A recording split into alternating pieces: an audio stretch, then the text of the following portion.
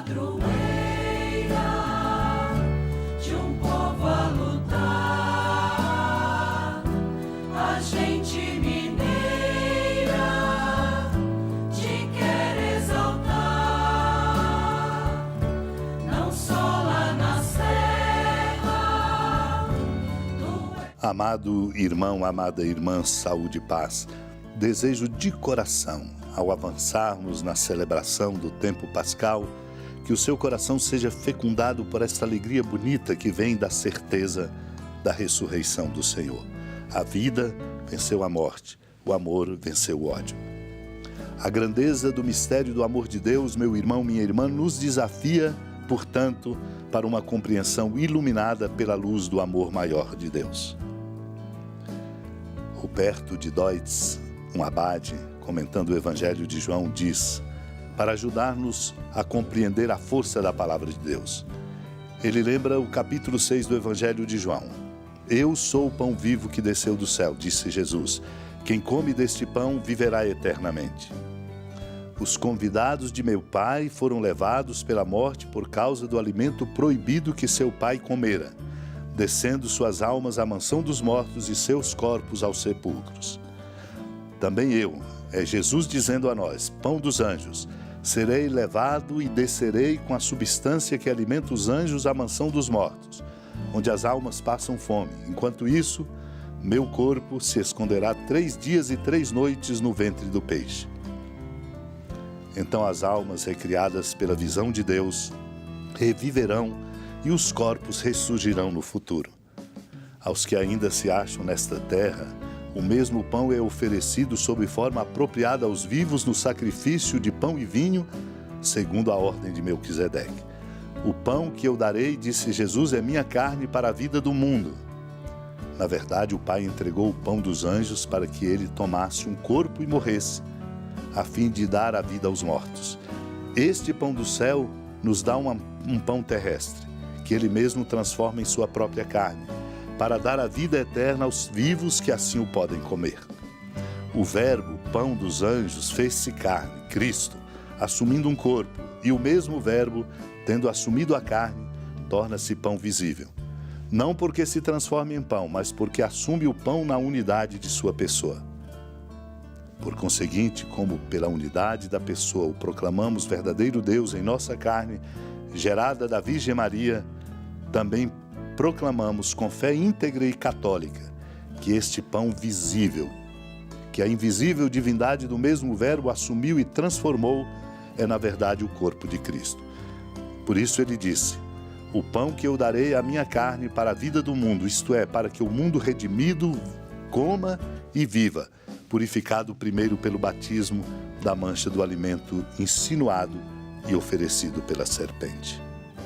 Naquele tempo, os judeus discutiam entre si, dizendo, como é que ele pode dar a sua carne a comer? Então Jesus disse, em verdade vos digo, se não comerdes a carne do Filho do Homem e não beberdes o seu sangue, não tereis a vida em vós. Quem come a minha carne e bebe o meu sangue tem a vida eterna e eu o ressuscitarei no último dia. Porque a minha carne é verdadeira comida e o meu sangue verdadeira bebida. Quem come a minha carne e bebe o meu sangue permanece em mim e eu nele. Como o Pai que vive me enviou e eu vivo por causa do Pai, assim o que me come viverá por causa de mim. Este é o pão que desceu do céu. Não é como aquele que os vossos pais comeram. Eles morreram. Aquele que come este pão viverá para sempre. Assim falou Jesus ensinando na sinagoga em Cafarnaum. Amados e amadas de Deus, a palavra de Jesus interpela e desafia profundamente como desafiou aos seus companheiros e conterrâneos quando eles perguntavam, como é que ele pode dar a sua carne a comer?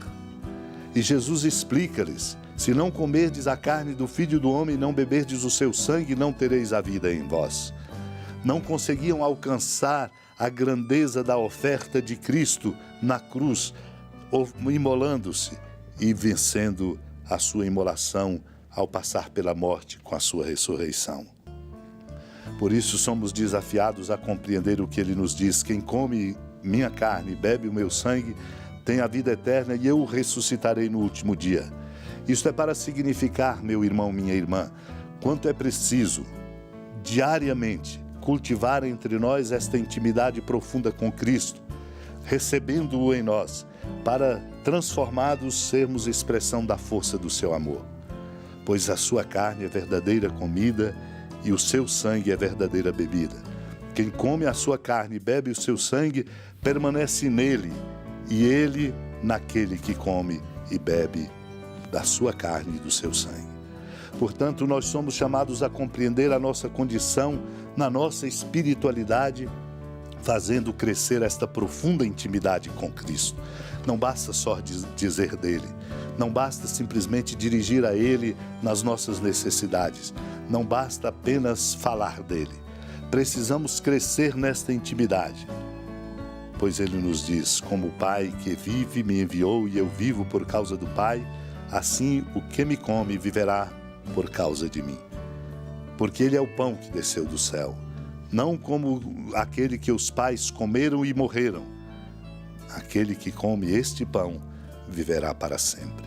Somos, portanto, desafiados a crescer nesta intimidade profunda com Cristo, para experimentarmos a grande alegria da vitória da vida sobre a morte. Santo Efrém, um diácono do século IV, por isso diz: nosso Senhor foi calcado pela morte, mas por sua vez esmagou-a como quem soca com os pés o pó da estrada. Sujeitou-se à morte e aceitou-a voluntariamente para destruir aquela morte que não queria morrer. Nosso Senhor saiu para o Calvário carregando a cruz para satisfazer as exigências da morte, mas ao soltar um brado do alto da cruz fez sair os mortos dos sepulcros, vencendo a oposição da morte. A morte o matou no corpo que assumira, mas ele, com as mesmas armas, saiu vitorioso da morte. Conceda-nos, Deus, a graça desta compreensão, sobretudo desta experiência amorosa e orante, para que a nossa vida seja de verdade um sinal do amor de nosso Deus. Unidos a Maria, supliquemos esta graça. Senhora da piedade, Mãe Virgem do Cristo Deus. Lembrai-vos, ó piedosíssima Virgem Maria, que nunca se ouviu dizer que alguém daqueles que, tendo recorrido à vossa proteção, implorado a vossa assistência e reclamado o vosso socorro, tenha sido por vós desamparado. Animado com igual confiança, a vós recorro, ó Virgem das Virgens, e gemendo sob o peso dos meus pecados, me prostro a vossos pés. Não desprezeis as minhas súplicas, ó Mãe do Verbo encarnado, mas dignai-vos de as ouvir propícia e de me alcançar o que vos peço. Amém. Feliz padroeira